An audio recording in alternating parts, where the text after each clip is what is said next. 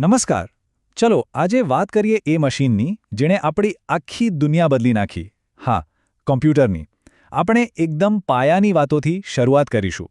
જો આજનો જે જમાનો છે ને એને ઇન્ફોર્મેશન ટેકનોલોજી એટલે કે આઈટીનો યુગ કહેવાય છે. અને આ આખા યુગનું સેન્ટર પોઈન્ટ શું છે? કમ્પ્યુટર. સાચું કહીએ તો એના વગર આજની લાઈફ વિચારવી પણ મુશ્કેલ છે. અરે ગમે ત્યાં નજર નાખો, સ્કૂલોમાં, બેંકોમાં, રેલવે સ્ટેશન પર, હોસ્પિટલમાં, નાની મોટી ઓફિસોમાં, બધી જ જગ્યાએ કોમ્પ્યુટર વગર પાંદડું પણ નથી હલતું. એ આપણી રોજિંદી જિંદગીનો એક ભાગ બની ગયું છે. અને જો આપણે ભારતની વાત કરીએ તો અહીં 1980 પછી કોમ્પ્યુટરનો ઉપયોગ ખરા અર્થમાં વધ્યો.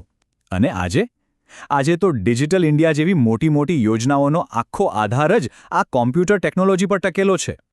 પણ એક મિનિટ, આટલું બધું કામ જે મશીન આટલું સહેલું બનાવી દે છે, એ આખિર કામ કઈ રીતે કરે છે? ચાલો આજે એ જ સમજીએ. ભલે કોમ્પ્યુટર આપણને બહુ કોમ્પ્લેક્સ લાગતું હોય, પણ એની પાછળ એકદમ સિમ્પલ ફોર્મ્યુલા કામ કરે છે. ચાલો એ જાદુઈ મંત્રને જાણીએ. તો જુઓ, એકદમ સાદી ભાષામાં કહીએ તો કોમ્પ્યુટર શું છે? એ એક ઇલેક્ટ્રોનિક મશીન છે. એનું કામ શું?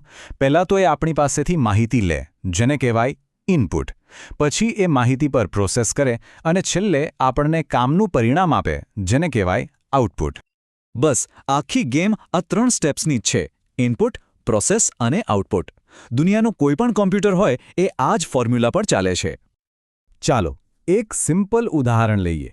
માની લો કે આપણે કેલ્ક્યુલેટરમાં ટાઈપ કર્યું 2 + 2. આ થયું આપણું ઇનપુટ.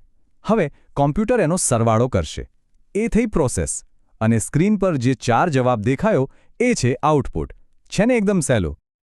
ઓકે, તો કમ્પ્યુટર શું કરે છે એ તો આપણે સમજી ગયા. પણ હવે સવાલ એ છે કે એ શેનું બનેલું છે? આને સમજવા માટે આપણે એને 2 મુખ્ય ભાગોમાં વહેંચી શકીએ. સમજો કે કમ્પ્યુટરનું શરીર અને એનો આત્મા. હવે આ શરીર એટલે શું? એ છે હાર્ડવેર. એટલે કે કીબોર્ડ, માઉસ, મોનિટર, એ બધી વસ્તુઓ જેને આપણે અડી શકીએ છીએ, જોઈ શકીએ છીએ. અને આત્મા? એ છે સોફ્ટવેર. એટલે કે વિન્ડોઝ કે બીજી એપ્સ. એને આપણે જોઈ નથી શકતા, પણ એના વગર પેલું હાર્ડવેર, પેલું શરીર બસ એક ખાલી ખોખું છે. સારું, તો કમ્પ્યુટર શું છે અને શેનું બનેલું છે એ તો ખબર પડી ગઈ. પણ એમાં એવી તો શું ખાસ વાત છે કે એ આટલું પાવરફુલ છે? એની એવી કઈ ખાસિયતો છે જે એને આટલું જરૂરી બનાવે છે? ચાલો એના પર એક નજર કરીએ. સૌથી પહેલી વાત, એની સ્પીડ. જબરદસ્ત સ્પીડ. આપણે જે ગણતરી કરવામાં કદાચ કલાકો કે દિવસો કાઢી નાખીએ, એ જ કામ કમ્પ્યુટર આંખના પલકારામાં એટલે કે 1 સેકન્ડમાં લાખો વખત કરી શકે છે. આ જ તો એનો કમાલ છે. બીજી ખાસિયત છે એની ચોકસાઈ એટલે કે એક્યુરેસી. કોમ્પ્યુટર ક્યારેય ભૂલ નથી કરતું.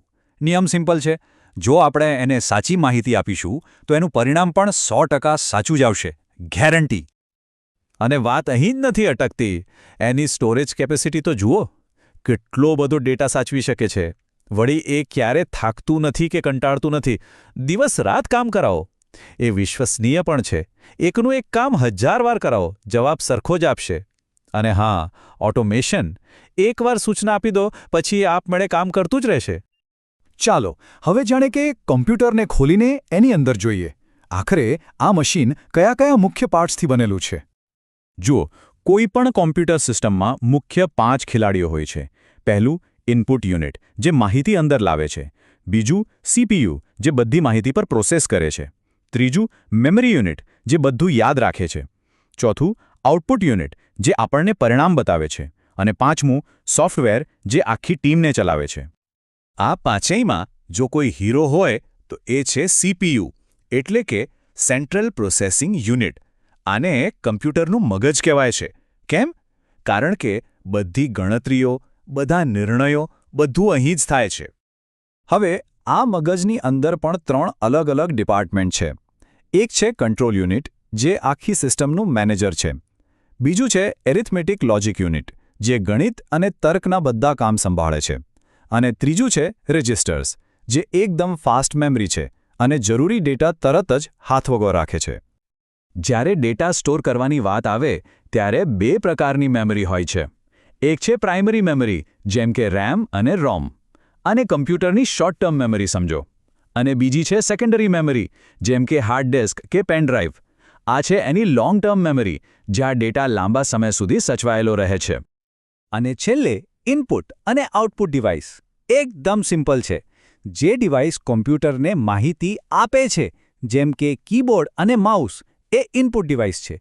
અને જે ડિવાઇસ કોમ્પ્યુટરમાંથી માહિતી બહાર લાવીને આપણને બતાવે છે, જેમ કે મોનિટર અને પ્રિન્ટર, એ આઉટપુટ ડિવાઇસ છે.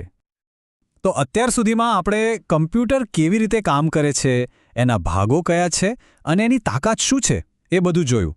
પણ હવે આપણે અહીંથી ક્યાં જઈ રહ્યા છીએ? ભવિષ્ય કેવું દેખાઈ રહ્યું છે? એક સાધારણ ઇનપુટ પ્રોસેસ આઉટપુટના સિદ્ધાંત પર શરૂ થયેલું આ મશીન આજે આપણી આખી ડિજિટલ દુનિયાનું મગજ બની ગયું છે. એની સફર ખરેખર અકલ્પનીય રહી છે.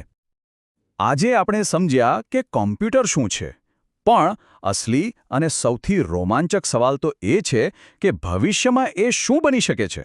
એની શક્યતાઓનો કોઈ અંત નથી. બસ આ જ સવાલ સાથે આજની વાત પૂરી કરીએ.